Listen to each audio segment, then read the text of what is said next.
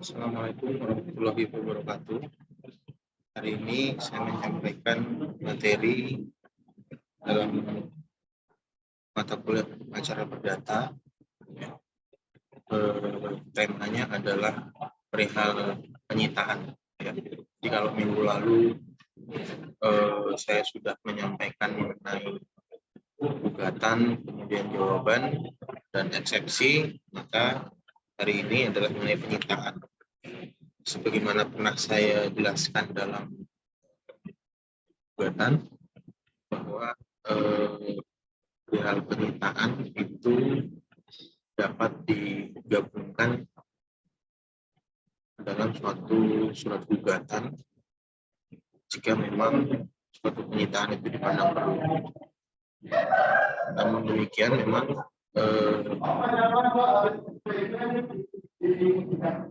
proses penyitaan pengajuan sita itu menjadi penting untuk menjamin kepastian atas dipenuhinya kewajiban dari pihak-pihak yang dikalahkan oleh putusan pengadilan. Baik, dalam penyitaan atau dikenal dengan istilah sita jaminan,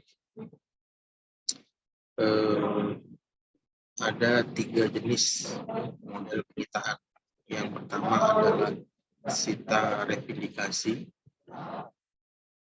dikenal juga dengan istilah revindikator beslah, diatur dalam pasal 6 AIR dalam RBG di 260.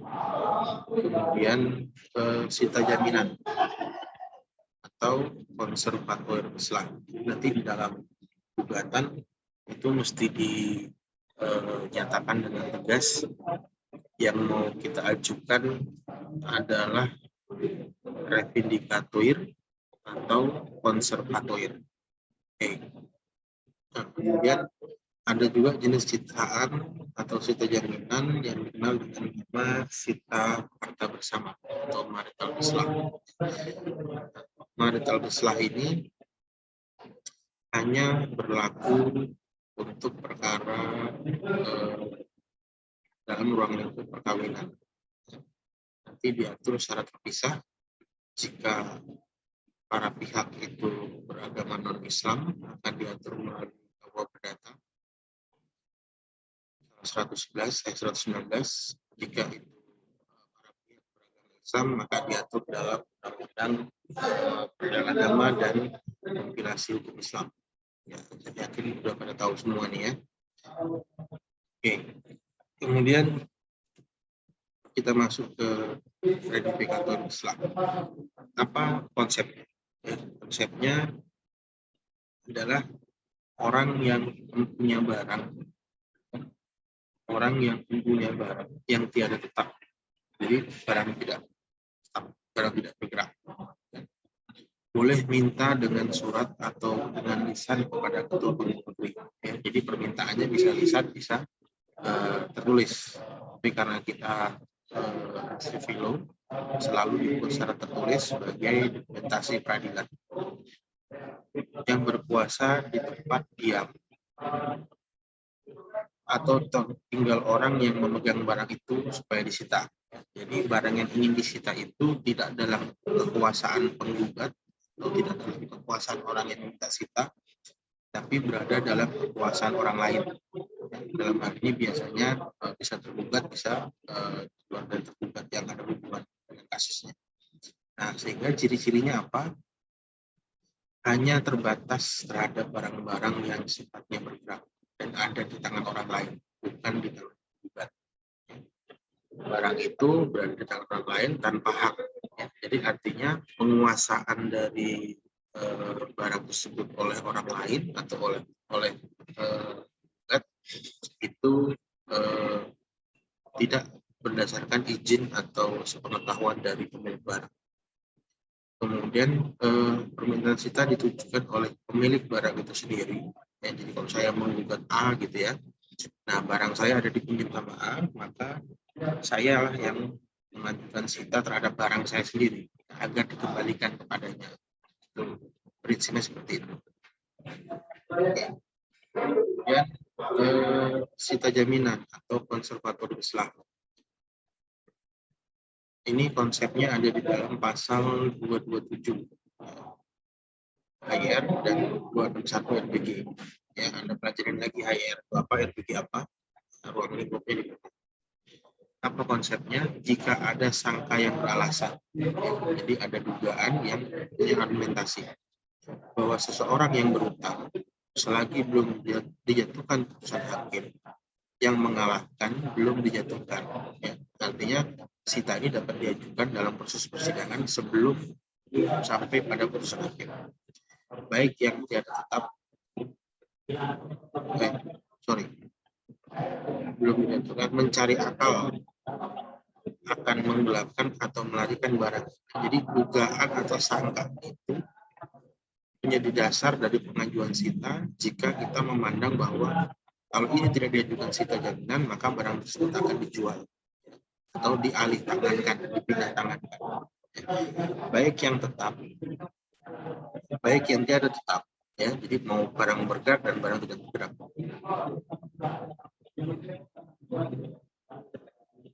Baik yang tiada tetap dengan maksud akan menjauhkan barang itu dari penagih utang.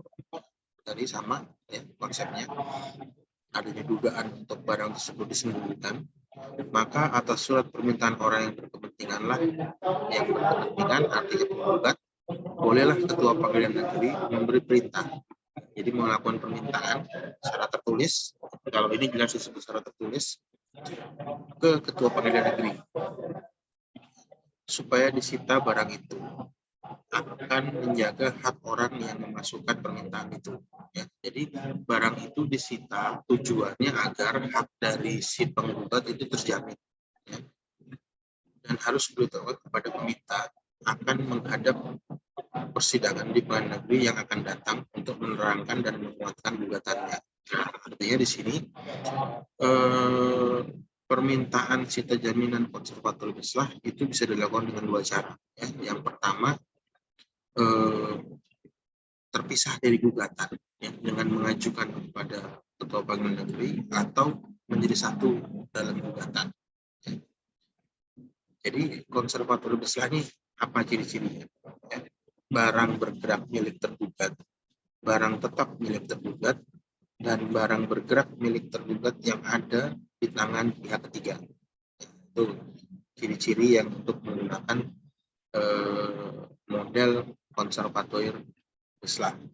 Ya, diajukannya seperti waktu tema gugatan kemarin, ya, diajukan ketika Anda ingin mengajukan sita jaminan, ya, baik revindikator maupun konservator, maka mulai dari posita itu sudah disebutkan, diilustrasikan dalam posita, masuk dengan dasar hukumnya, dan kemudian masuk dalam tuntutannya. Kemudian harta bersama. Ini yang untuk non-muslim, marital beslah. Di pasal 119 dan 190.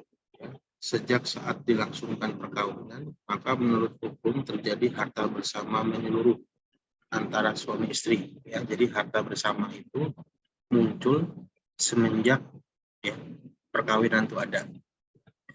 Sejauh tentang hal itu tidak diadakan ketentuan lain dalam perjanjian perkawinan. Nah, jadi marital beslah itu ada selama masa perkawinan, kecuali di dalam awal perkawinan itu sudah ada lebih dahulu mengenai perjanjian perkawinan yang memisahkan harta. Jadi kalau terjadi perjanjian perkawinan, maka tidak berlaku adanya harta bersama, ya, karena sudah dipisahkan dari awal.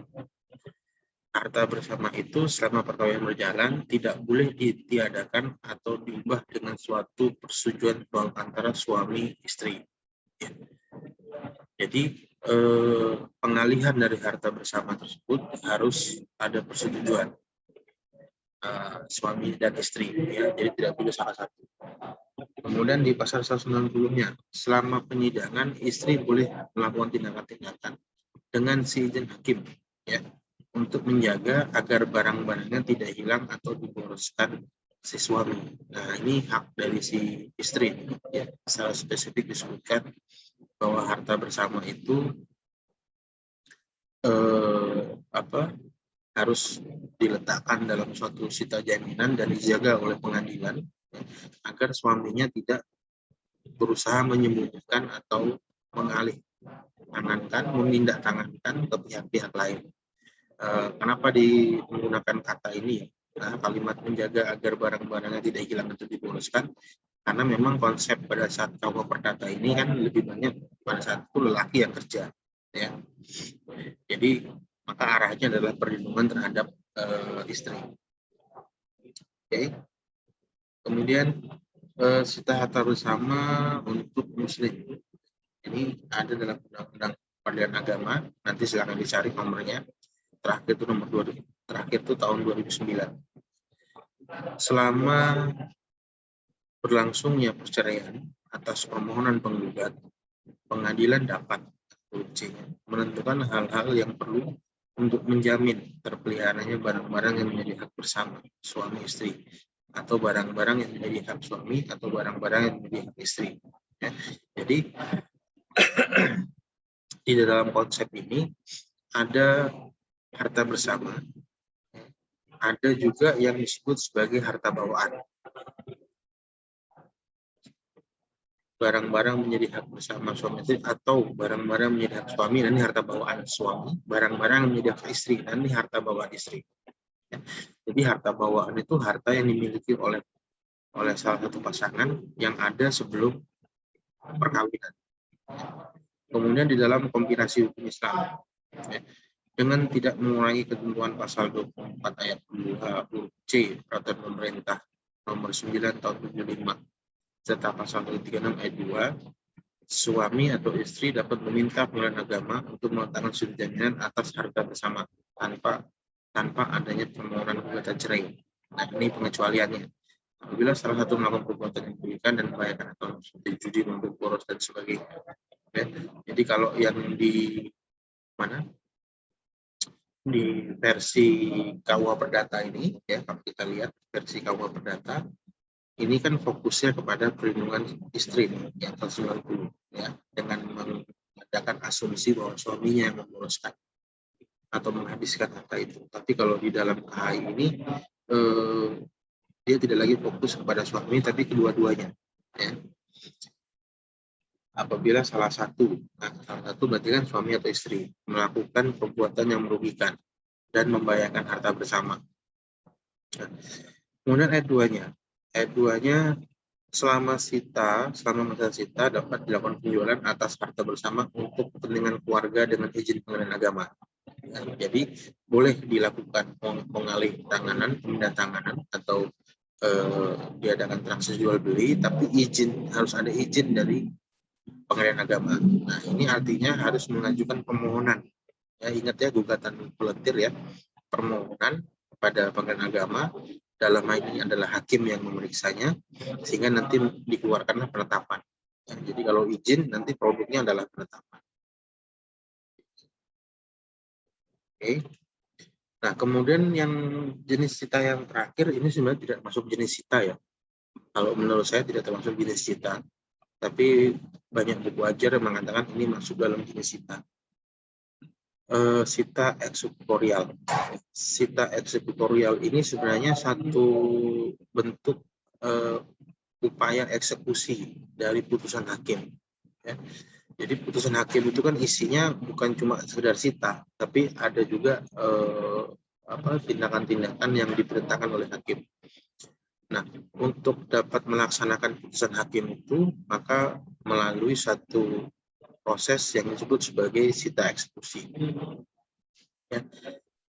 Nah, artinya ini melaksanakan putusan yang telah berkekuatan hukum tetap sesuai dengan undang berlaku jika pihak tereksekusi tidak bersedia melaksanakan. Nah, jadi gini, sita eksekusi ini hanya bisa kita lakukan apabila memang pihak yang dikalahkan oleh putusan pengadilan itu tidak memiliki itikat baik, ya, tidak secara sukarela melaksanakan. Maka kita, misalnya saya gitu ya, melakukan gugatan kepada A, B gitu ya, di dalamnya ada permintaan sita jaminan, kemudian ada permintaan ganti kerugian segala macam. Ya. Sita eksekutorial tidak diperlukan ketika si A ini dengan sukarela. ya, melaksanakan kewajiban. Nah, tapi jika tidak sukarela, tidak dengan adanya etikat baik, maka sita eksekusi ini perlu dimohonkan kepada Ketua Pengadilan Negeri. Nah, ini penjelasannya. Ya.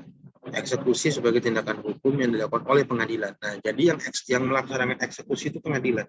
Ya, jadi bukan pihak yang menang gitu ya, tapi pengadilan. Kepada pihak yang kalah dalam suatu perkara menurut aturan dan tata cara lanjutan dari proses pemeriksaan perkara.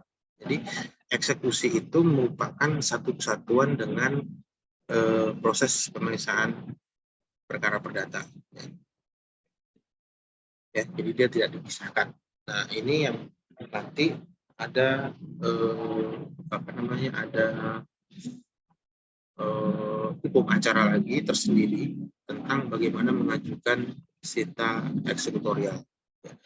Nah, tugas Anda untuk akhir UTS, akhir UAS gitu ya, adalah membuat uraian, membuat